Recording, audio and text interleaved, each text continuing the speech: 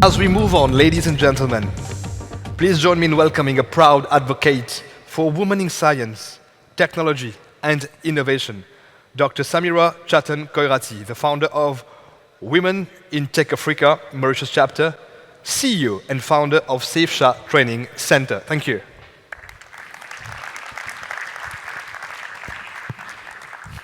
What does it mean for a woman to have a voice at the frontier? Whether that frontier is technology, leadership, or social change, for centuries, women have been taught to be quiet, to take less space, and to doubt the value of their own perspective. Good evening, ladies and gentlemen. I am Samira, the Mauritius chapter for Women in Tech Africa. As someone who has been in the tech field for more than 20 years, I've seen the evolution in technology here in Mauritius and across the world. And the journey hasn't been easy. But every challenge, like we say, has a powerful step forward. So today, let's plant a bold flag of true representation. We declare that Africa's future artificial intelligence will be shaped by women, not just as users, but as creators, architects, leaders, and visionaries. This is our moment to rise, to innovate, and to redefine what's possible.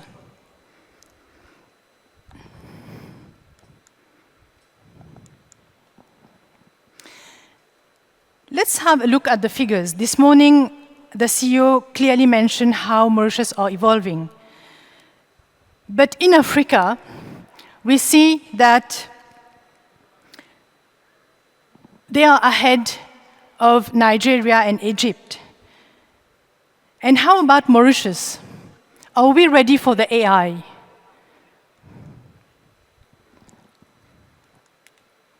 Next slide, please.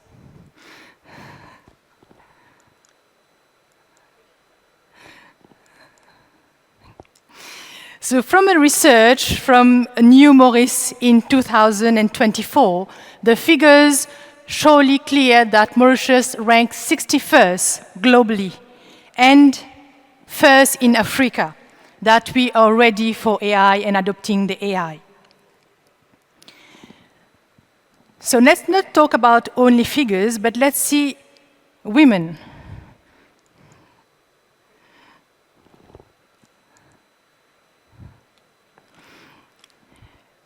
So where are we, women, in the world? We make up just 29% of the AI working force. This is published in the Forbes in November 2024. This is the figures, and it's really alarming. But the representation of women really matters. Why? Because without women at decision-making table, AI risks leaving crucial perspectives. And in AI, in Africa, AI can transform education, healthcare, and agriculture, but only if our voices are heard. Can we imagine an Africa?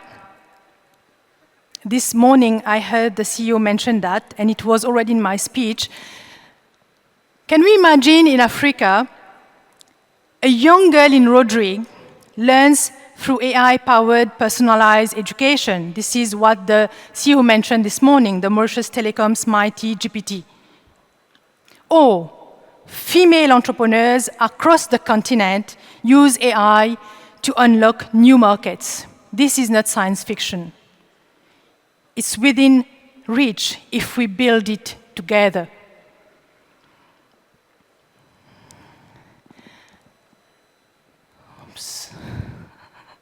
moving too fast now. So we do have African women leading in AI. Did you know that some of the most African women, they develop AI solutions, they are found in Africa? Being a juror for the Global Startup Awards for 3 years now, I've been witnessing so many project solutions and that women are making real impact in AI. To name a few, we have the Mino Health AI Labs found in Ghana, harnessing AI for predictive disease diagnosis, transforming healthcare access.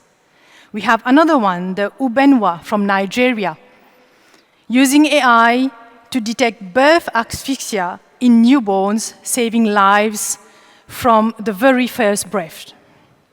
And we also have the Farms to Z in Nigeria, empowering smallholder farmers with AI-driven insights, boosting food security and livelihood. And it's not just startup.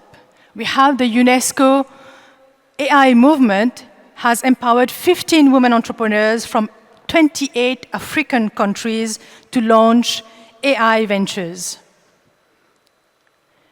But these women are not just participants, they are pioneers, shaping the future of AI for a better and more inclusive world. Mauritius also is not the less, and this we are doing as the chapter lead for Women in Tech. And this year we are going to celebrate our 10th anniversary. And during these 10 years, my journey with Women in Tech Africa, we have had remarkable women in the technology field. So we do have some rising stars in Women in Tech Africa here in Mauritius. Maybe one of the pictures, one of the photos is familiar to some of you, but the rest I don't think so. So the first one is Dr. Shiba Armugam. Who is she? She is a trailblazer from the University of Mauritius. She is redefining cybersecurity on a global scale. As the co-inventor of an AI-driven ethical governance system and the sole inventor of a patent genetic-based intrusion detection system, she blends the academic brilliance with visionary innovation. And I had the privilege to introduce Dr. Shiba in one of my conferences as a keynote speaker, and since then, she has been growing very fast. She has been awarded the Gold STEM Academia and Research Award last year during the Women in Tech Africa Award. The youngest in the list, in the middle, is Tahira. Tahira is my daughter, actually. She is an HSC student,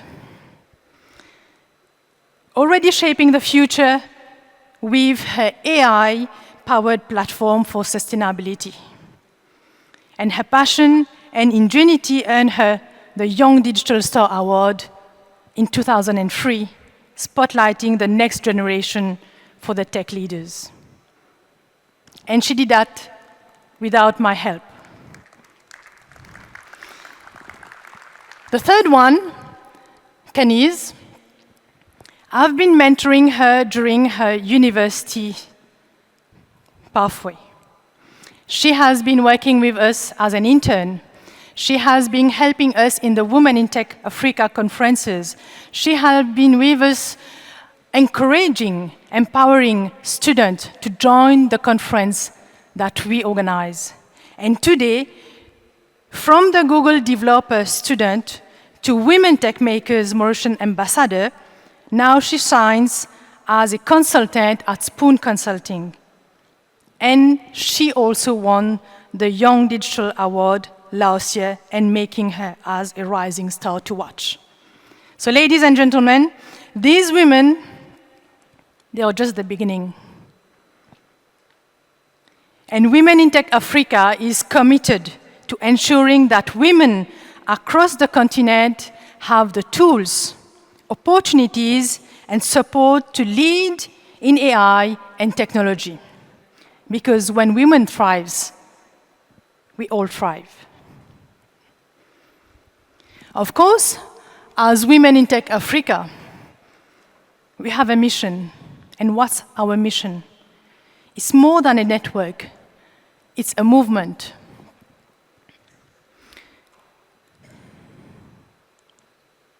Next slide, please. So to every woman in Mauritius dreaming of a future in AI, tech, or digital innovation, whether you're a student, a scientist, policymaker, or founder, you belong here. We are building safe, powerful spaces to learn together, to mentor each other, to break barriers, and to create solutions that reflect Africa's rich diversities. So join us. The future is female, and it starts now. Of course, you do have challenges, but yet these challenges can be overcome. What's the way forward now as a woman's voice at the frontier? It depends on one thing: women leading the charge. To build an AI landscape that's fair, innovative, and inclusive, what must we do? For me, it's very simple. We must champion ethical AI governance. We must elevate African women's leadership. We must forge powerful collaborations between women, experts, and policy makers, not only here in Mauritius, not only in Africa, but worldwide. And also, invest boldly in education and mentorship. The word mentor is very powerful. For me, this is what's going to empower the next generation. So mentoring is very important. And I often reflect on the future. I want to help build, but the answer came back, and it's the same answer that came back. A future where every woman in Africa feels seen, supported, and empowered to build with AI, not just use it.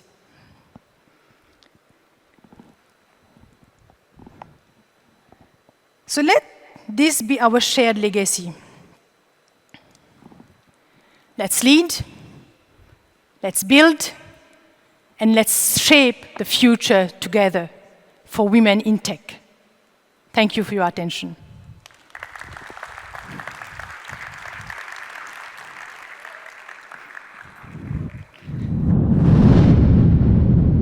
Thank you, Dr. Samira. We can give her another round of applause, ladies and gentlemen, for that insightful presentation. Now we turn our attention to one of the most pressing issues in today's digital economy, one that touches every industry, every boardroom, and every bottom line. So our next panel discussion is titled Guardians of Growth, Board-Ready Playbooks for Cyber Compliance and Trust.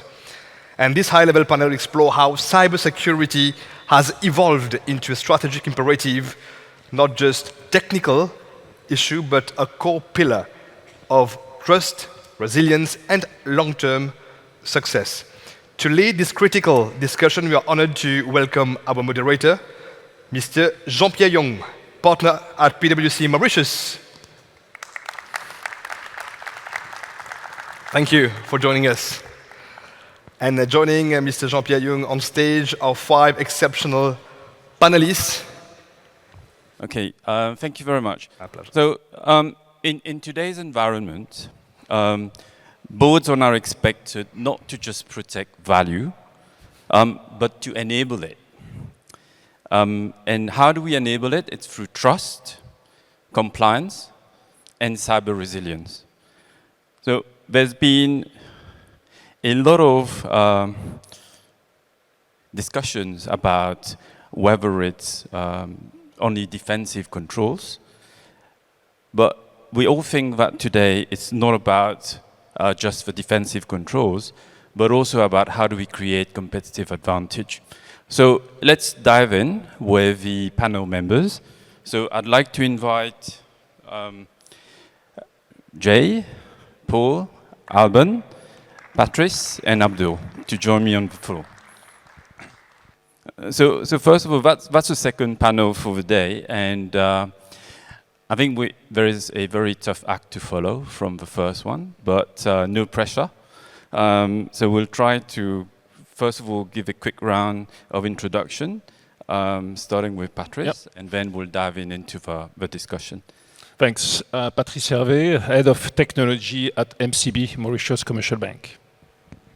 Hi, I'm Jay. I'm from Apes Checkpoint, APAC CISO based in Singapore. Very interesting conversation which happened earlier. I'm privileged to be here. Thank you to my.t and Mr. Vimal. Again, he was there in Singapore 25 years.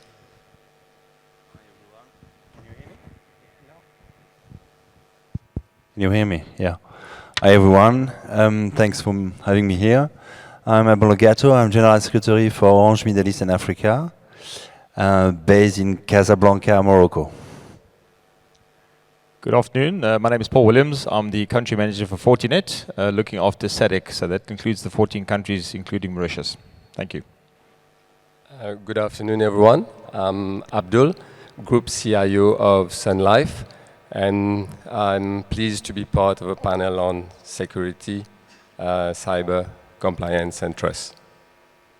Okay, so now that we've got acquainted, let's dive in. Forrester actually said that trust is the currency of digital business. Maybe a question to start with a board member, Alban. What would be the proof points that you would expect CISOs to give to show that the trust drives growth? It's changed the setup because I wasn't supposed to talk on first, so I've got to change my my speech. But anyway, I think the question is regarding trust. Is that everyone at the end of the day is going to look at board of directors? What have they decided? What have they supported? What have they accepted to invest in? Okay. Because they are to whom every stakeholders are going to look at. So for instance, this morning, you've been shown the data center of Rosebell for Mauritius Telecom.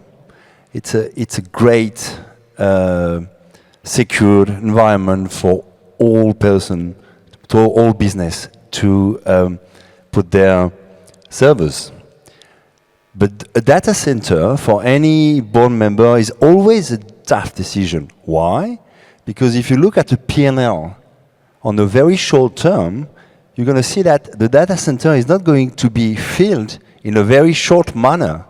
So you have to accept that this data center, even though you invest now, is going to be filled maybe in 5 or 10 years. All right? So the investment you're making at first has to be securing the company's Mauritius Telecom asset first, and then opening up to other companies. And as a board member, that's exactly what we do. We check if we can trust it for ourselves, for our own needs, for our clients' needs, and then open it up to B2B. This question of data center is very important because it raised also another question, which is trust in the environment. What is being called the sovereignty. What is the sovereignty? When you have a telecom operator which is roughly one of the biggest company, not only in tech, but also economically speaking, and I'm talking for 20 countries roughly over Africa. Every time the question is the same. Is it understood by the authority that we're investing monies here to have sovereign data located here to ensure that it's protected from external discrepancies, right? So the more that you invest in a country, the more you're building trust for companies and consumer to follow you on this kind of investment, okay? So roughly, yeah, that's the first part of my answer. Yeah, and maybe just to pick up on that, you know, from a CISO perspective, probably with Patrice, how do you actually frame this to the board? I'll take the example of banking. So in banking, it's a trust business, basically, because customers are giving you their money, and they trust that you will be doing the best with this money. And cybersecurity now is something critical in building this trust from our customers. And the boards are definitely putting this as a priority, because you need to, I would say, have a complete coverage, not just in terms of products, in terms of services, but also in terms of what you are doing on cybersecurity. So there are a lot of investments that companies are doing, huge investments. And again, it's to show to our customers that we are really putting cybersecurity at the core of what we are doing, and it's not just something on the side. So again, from a banking perspective, from a trust perspective, it's really at the core of what we are doing. Yeah, and I guess from a vendor perspective, how do you see that at play with all the different threat actors that are actually playing in that field? So again, we discussed about AI today a lot, length in depth. So the GPT models like Hacker GPT, Fraud GPT, those GPT models are readily available there. The cost of attack surface has dramatically gone down, right? For example, a few years ago, I was working with Citibank 16 years, 3 months with Checkpoint. The cost of DDoS attack 5 years ago was $100 per hour. Now it is $10 per hour, right? So ransomware fraud services dramatically going down. Now you look at the broader equation in the trustworthy or the resilient framework, what it comes into play is, I come from Singapore, in that industry is that the first thing when the bad day happens is not about just prevention and detections, how fast the businesses are able to recover and respond to the crisis. That's where the true resilience comes into play, right? The bad day will happen, and when that happens, how ready your playbooks are defined to respond to crisis in an agile and nimble manner much more faster. So at Checkpoint, what we look at is that looking at the entire gamut of frameworks which comes into play, ensuring that whether how we can get the zero trust architecture comes into play, in that resiliency aspects comes into equations there. Perimeter is no longer a firewall. Perimeters is now identity and access which comes into play. So that's where the larger construct of zero trust architecture comes into play, partnering with our global service providers. Again, with the bank industry, the critical infrastructure, when you look into that vertical there, you cannot protect all the assets. You need to ensure that your critical infrastructures are siloed, segmented in that zones. That's where the partnership models comes into play. Now, example, Checkpoint also published one of the report, which was the AI security report. In that, it was classified, which came to very staggering numbers, is that 51% of the employees, corporate employees, are using some form of the AI, whether it is approved or non-approved. And the potential risk comes into place with the data protections, data sensitivity goes out that in that equation there. So what Checkpoint broadly does is that when you look at the broader framework of SASE, or zero trust architectures, you look at the data protection controls comes into play, complying with the regulatory requirements, and that's also getting alignment there. Yeah. Thank you, Jay. I think moving on to Abdul, in the industry that you operate, a lot of focus is put on security, especially when it comes to the privacy part of your guests. So probably if you could share some of the examples of what is it that your group is actually doing around that, especially in the context of GDPR and data privacy laws. Okay. Yes, so definitely like how much we want to invest also, because there's no one size fits all. For us, like we are in the hospitality business, so we deal a lot like with customer information, mainly from the European Union, and like you know, it's heavily regularized with GDPR, and we have to ensure that we keep these data safe. I mean, the trust, whether it's direct clients or to operators, we have to ensure that it's kept. So what we did is that we work on defense systems. So we started like laying down the bricks, putting the foundation, and we invested in like cyber as service with consultants because we did not have a base to build like own capacity for defense. And we have been able to do that over the years, like to build like a strong, I would say not mature, but it moved from like very basic to a stronger base in terms of cybersecurity. So our budget also soared maybe by maybe 3 times. It was nearly 5 million in 2022. It's nearly 15 million now. So what it is like, we really had to invest, and we got also the support of a board, which I think they asked us, are we prepared, rather than how much it will cost, which really helped.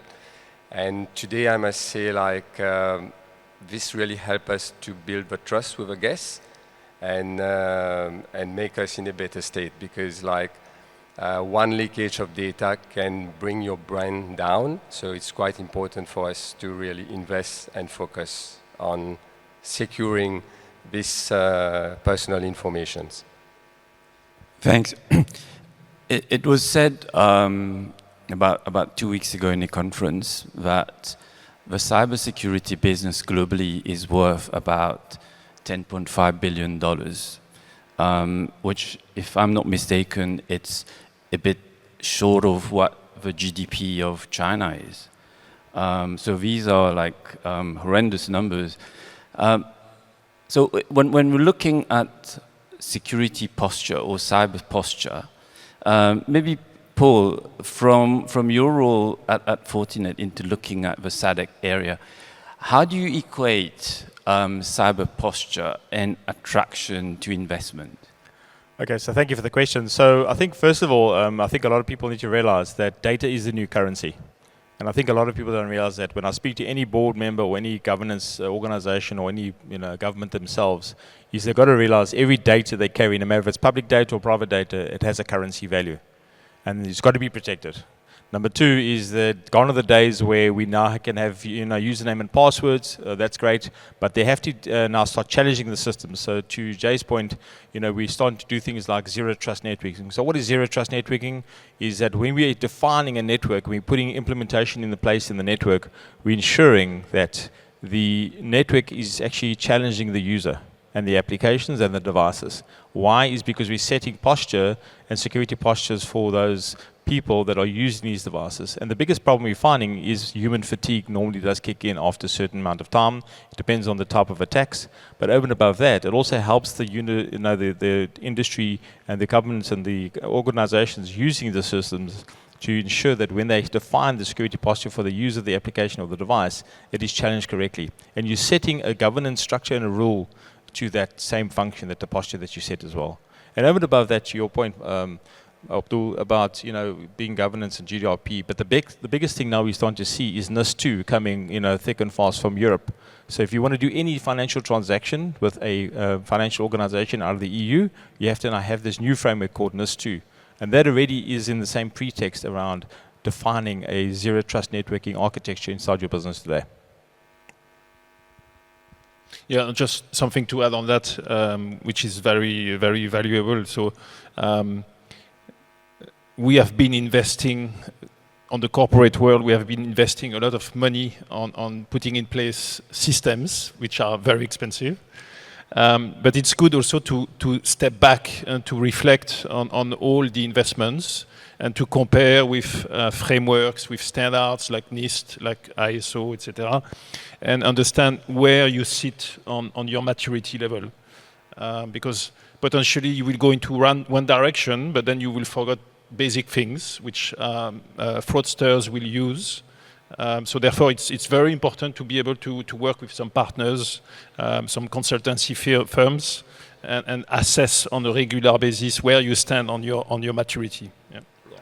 And the good thing, like for us at Sun Life, we are part of a CL group. So what it is like, they have put a framework in place so that to benchmark all the groups, and we are accompanied by a consultant, whether on the NIST or ISO 27001. And they assess us like every 6 months to see like what maturity we're getting at. And I think, yeah, you're right, but that really helps. Right, and probably with all of that, in taking all of that into context,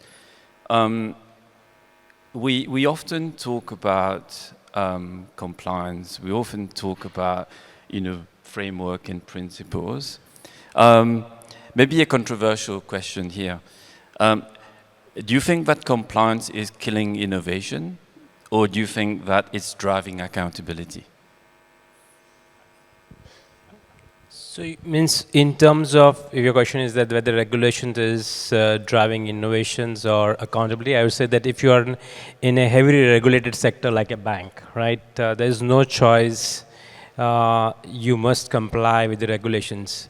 Now, mature markets, I have seen that in Singapore, Hong Kong, Australia, even in Dubai, that the regulations are coming much more agile, nimble, and faster, not just to derail, but then it's a good and bad side of the house. As a defender, you are not allowed to do certain things what the bad actors can do that.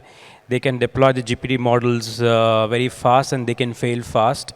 But when you're in a heavily regulated industry like a bank, you cannot deploy this emerging tech without ensuring safety and soundness, right? The CISO's job at the board level is not just a tech job, it's a business job, right? That's where the CISOs are getting demanded at the board level, is that when we adopt any emerging tech in the business equation, how make sure that it is safe, sound, understand the business reputational risk example. That's where it comes into play. I would say that is a fine balance there. There are countries out there, I was in Vietnam, for example, where the State Bank of Vietnam, which is one of the regulator, and the other local banks, they want to run fast in certain equations, and the regulator says it's not going to be in certain alignment in that way, but there's a fine balance, right? So regulations can leverage AI to make sure those emerging techs gets adopted very fast in the equations. But job as a cyber defenders in a bank vertical is to make sure that we enable and empower the business to run safe and sound. That's the primary job of the CISO. Job of the CISO is not just to make sure that the businesses wants to leverage emerging tech faster, but it has to be safe and sound manner. So it's fine balance. It's not, I would not say it's killing innovation, but ensuring that business gets enabled in a safe manner. Yeah. Good answer. So I don't think regulatory, you've got to look at two things here. There's compliance in certain countries, and obviously compliance is country to country, and number two is regulation. And I think the two kind of hand in hand, because it doesn't kill innovation. I think what it's doing, it's obviously ensuring that, when you're dealing with public monies or you're dealing with public information, that's the most important thing. And I think that's what the countries have to worry about. And, we spoke a lot about AI, and I think the sad thing about life is in 10, 20 or 30 years' time is that we're going to become borderless societies. And this is where AI is driving this whole economies, right? And what you've got to also realize is that when these economies start growing like that, this public data is now being spread out. I mean, to the this year's presentation this morning, that's what AI is driving. AI is driving this borderless global community of information. We're talking about multi-machine learning. We're talking about machine learning. We're talking about types of attacks happening. Everything is being targeted towards this currency of data. And over and above that is if we don't realize this and we don't ensure that there's certain regulations put in, because you are dealing on public information and public monies and public data, you have to ensure that those compliances are met, those regulations are met as frameworks, and you have to ensure that you protect. In terms of regulation, what I think is that you have to act regional. You cannot, this morning the minister said that they were working on the legal framework for Mauritius, but Mauritius is already a partner on the Malabo Convention, so it's already part of the global framework, legal framework for protecting data protection, because what we're talking about is data protection roughly, and I don't believe, because it's been said that, any skill roughly now is lasts for 6 months or 2 years max. So I don't believe the legal framework is going to follow that fast, because, politicians are politicians, you know them. So, it takes time to get to a legal framework. So when comes the time of the legal framework, it's already obsolete. So what I think is that, because we all work on the global system where, even though we're trying to evolve sovereignty, most of the data are actually, shared worldwide. So I don't believe the answer would be on a local legal system, but more globally on global convention, on a regional approach, and to ensure that people, again, have trust of what is being done with their data, where it is located, how is it treated, do they have an access to what is the compliance route? How do I access? How can I change? Or, for instance, lately I was asked, can I delete all the information on the internet on me, because it's my data at the end of the day? How do I process that? Who should I call to have my personal data deleted from the internet, because I don't want to say it anymore. I don't want to have my resume when I was younger on the internet anymore. How do I do that? Can I do something about it?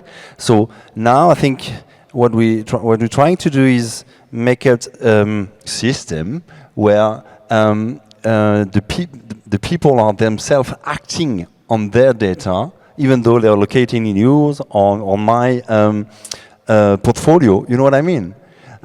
So what the board would look at is a risk assessment, but the risk assessment would, instead of being to any 1 or 2 years, you would have to be in any quarter. What kind of risk do we have? How many attacks do we have on our network? How has been dealt with over the last months? Is that efficient? Do we have any risk of breach? Because any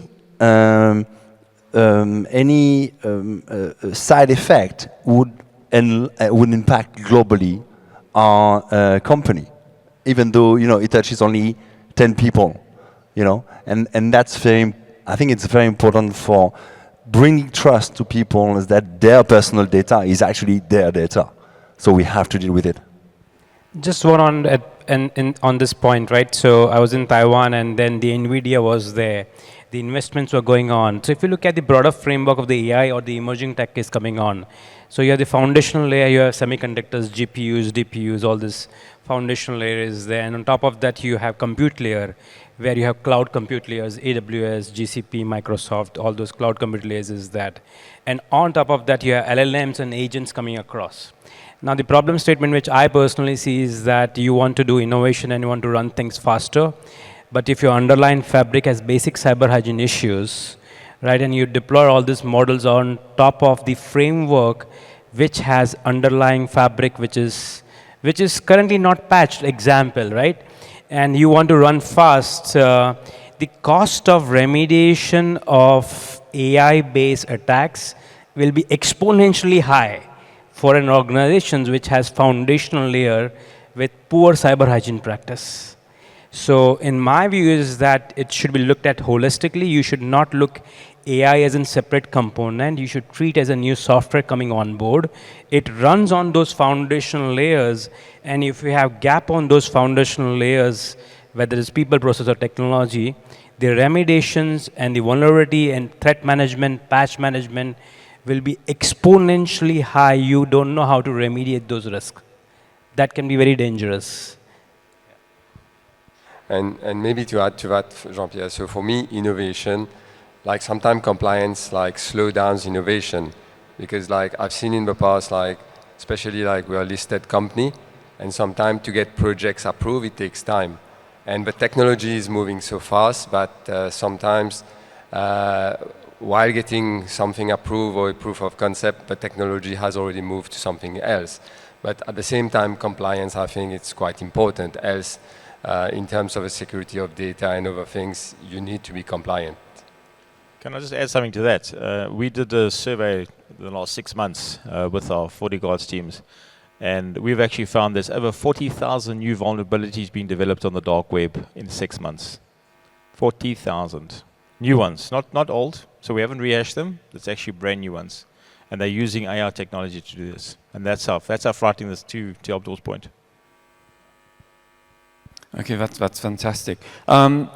You've seen that we've opened the Slido, so if any of you have any questions for the panel, please do send them. Coming back to trust, we've been talking about the discussions at board level. How do we actually take cybersecurity to the board? How do we take it seriously?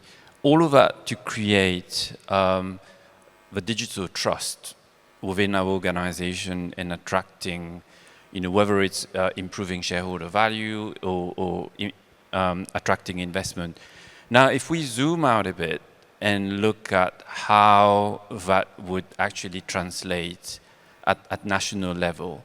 So if I'm talking about Mauritius as an island that is looking at attracting investment, or using Mauritius as a sandbox for investors or suppliers to actually, try out, test out their equipment, their solutions into a controlled environment, and using that to expand into, let's say, into Africa. What would be your take around this kind of approach, first of all, and in terms of a fabric that already exists in Mauritius, with you coming from Singapore and other regions, where do you think that we need to do more in order for us to get to that state? Okay, so digital trust to me is, I term it now as digital governance. That's the new term we like to use, because it has to have the same framework. Number two is that with regards to Mauritius itself, it is a very mature country. I mean, I think we work with very mature partners and businesses in this organization compared to the rest of the SADC countries. Over and above that, I think the best benefit we can actually say is we need to educate not only the students of the world and the Gen Zs and the Gen Zs, etc., but we need to educate the older generation as well. That's the most important, and that is how we can use AI as a tool. Number two is that by doing this, you also create awareness. That's the biggest problem that we're still facing in the industry. We have awareness that we are aware of as maybe in the tech industry, but the average man or woman in the street doesn't have this information, and that's important. And that's where we need to do, is keep educating awareness and driving the mandate, and educating even our youth. We already have a shortage in Africa alone of over 600,000 jobs that can be fulfilled tomorrow if we have the right cybersecurity skills and data analytics skills. So that's basically a big market in the marketplace as well. Yeah, maybe Just Yep. one comment on that. Training is important. Training the youth is important, but also training our employees is important over the career. When once again, as long as you know that your knowledge is not relevant after 2 years, you have to ensure that they are sufficiently trained at any level in the company on a very, very regular manner. Why? Because most of the breach of security are actually coming from a human mistake, right? So if you're an employee, and I can see that everywhere, trust me, you leave an office and you can see the screen open and the person is somewhere in the loose or whatever, How come they don't even know that they have to close it up, And I'm not that specifically focusing on sanctioning people, but at some point you have to train and ensure that training is actually followed up. I.e., it's not just going to a course and just saying, okay, I'm trained. No, you have to implement that. The second aspect, which is very important for me for Mauritius. Mauritius is already the first economy in Africa, right? So usually at this stage, you should attract investment, just per se, because you're a safe place, okay? The question is governance. At any level and every time, we should ensure that governance is at the level of first economy in Africa. Because if some events occur, whatever the reason is about the lack of governance, then it's going to send a message for external investor which is not safe enough, even though it's the first economy of the continent. You know what I mean? So training of people at any time in the career, plus ensuring governance, and the fact that the governance is brought out of Mauritius and out of the continent with a very high levels of trust. Yeah. Yeah, I was about to mention the same. We need, as a nation, to be very efficient. We need to be at the forefront in terms of policies. So it was good to see the minister here before and talking about AI and the digital blueprint. So we need to be at the forefront in terms of policy. We need a better partnership between private and public sectors, definitely.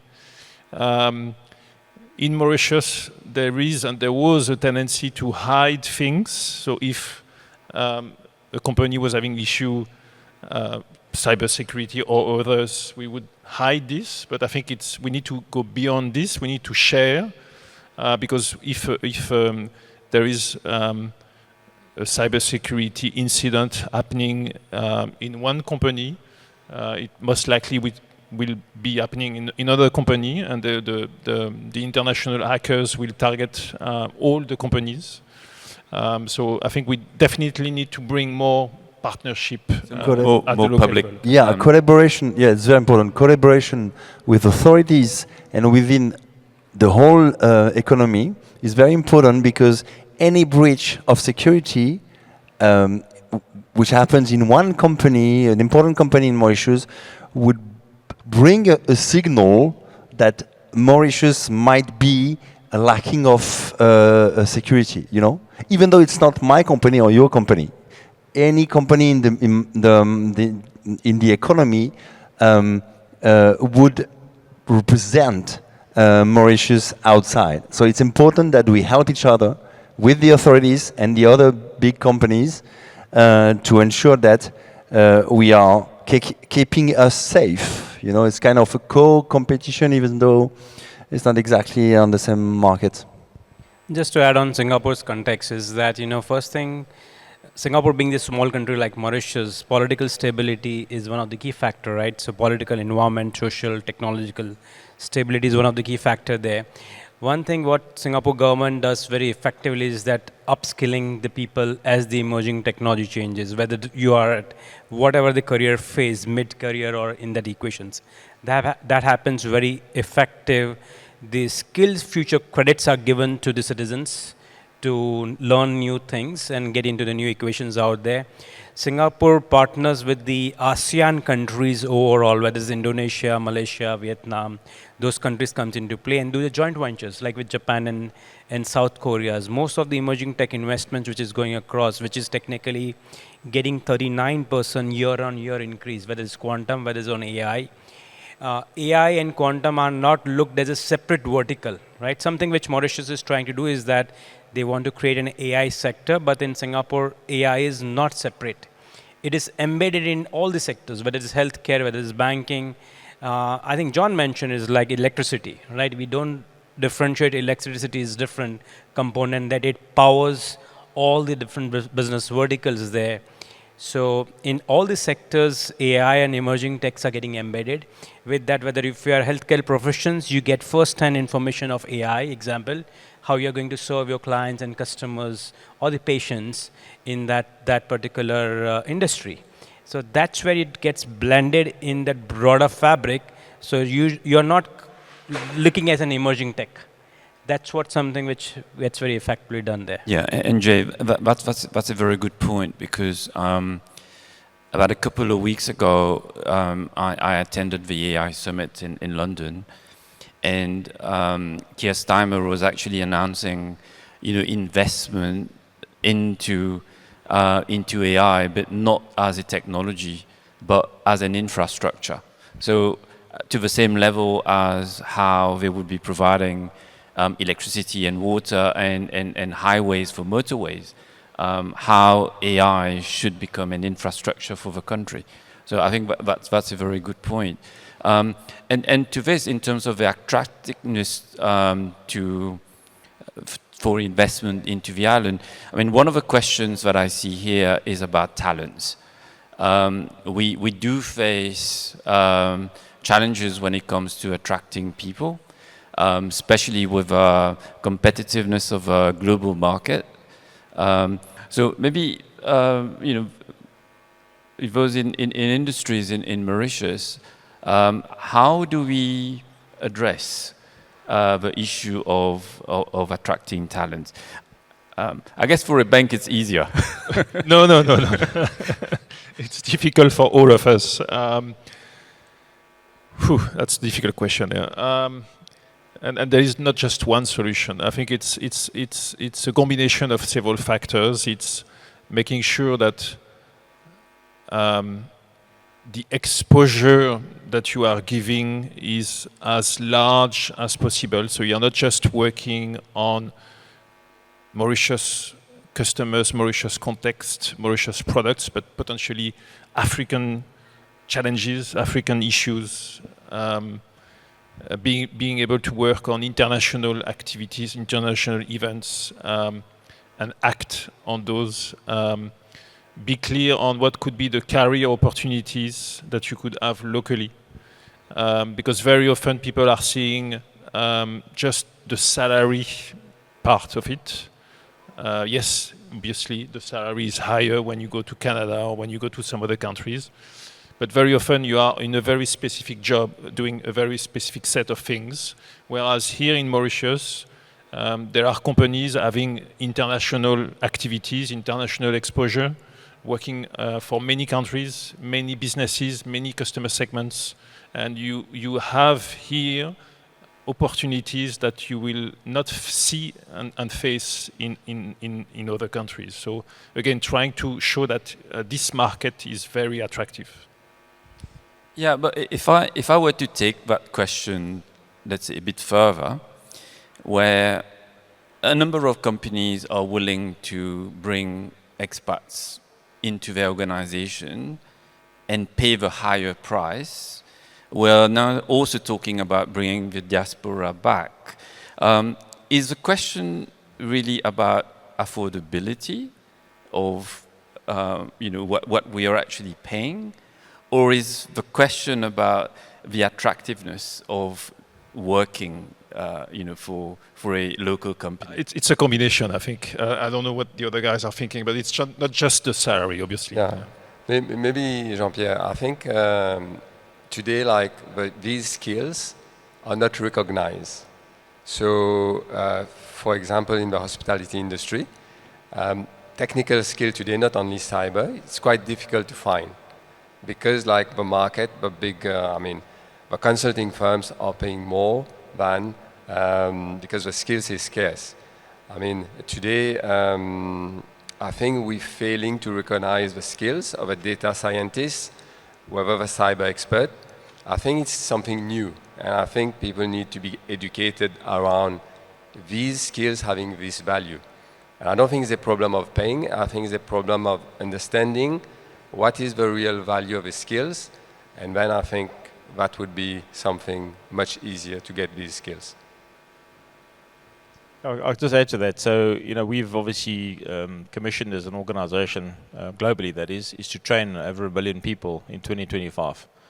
We offer free training, and that's available publicly. So any company can actually go into the website and train. And what we're trying to do is also trying to, create this establishment of ground root levels of understanding of cybersecurity, and hopefully from there, they then can find themselves into a cybersecurity career. And that's important, right? Because a lot of people don't know where to start. A lot of people phone us and say, where do we start? You've got to get established on a foundation, and I think that's where we can, and it's across the board, no matter which organization you talk to.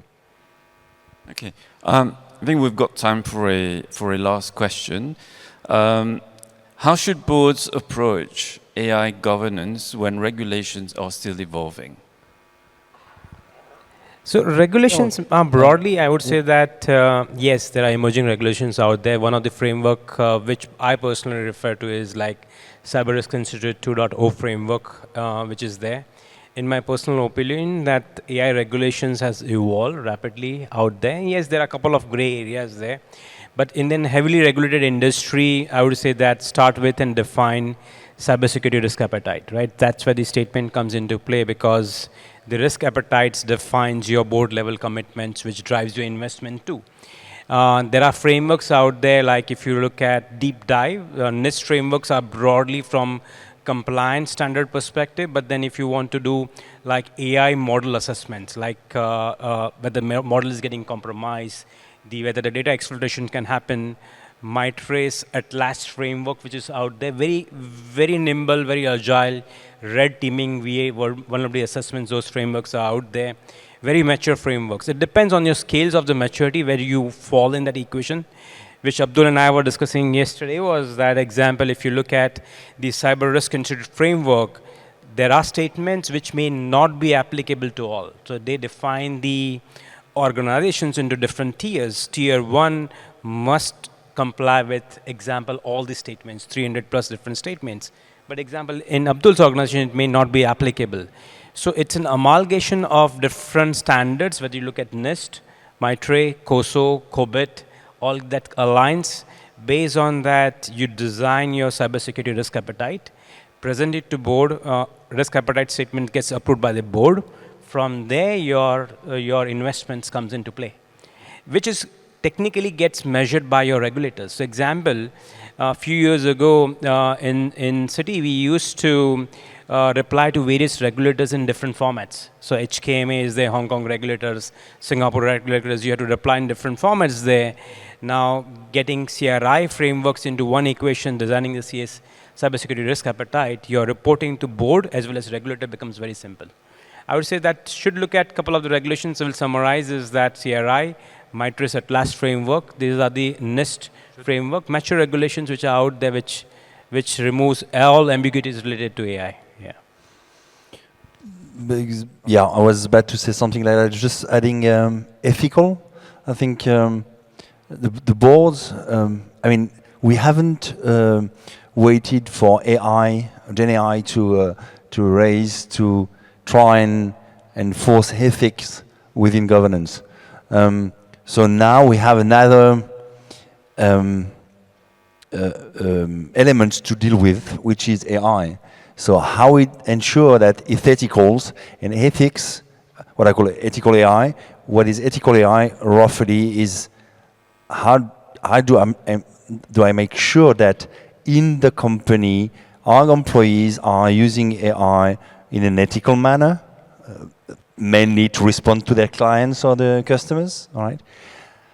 Also, how we ensure that the confidential data of the company or the board is not spread out to help the LLM to work on my confidential data, because there is this kind of trend that potentially confidential information in-house are not confidential anymore because of AI.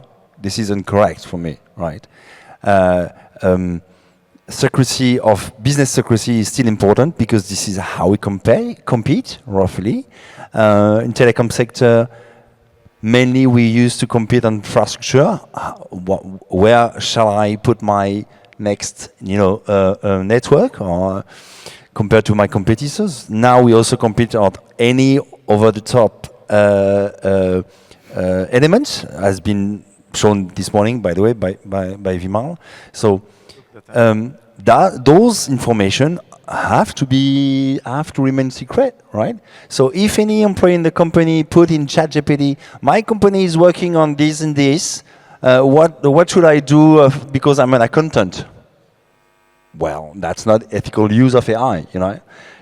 So once again, you have to train people to understand that the board is going to be looking at it as any other matter in the company on an ethical way, and how it is dealt with, and how we have a risk assessment often on how ethical we are dealing with it, you know. Once again, it's because data protection of our employees, of our customers, you know. But I think ethical, I would just add on that. Okay, so I think we've run out of time.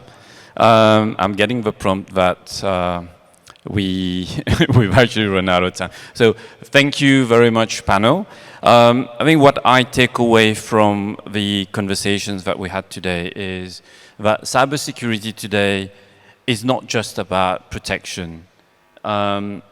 It's also about growth, building resilience, and leading with confidence. So with that, panel members, I'd like to thank you.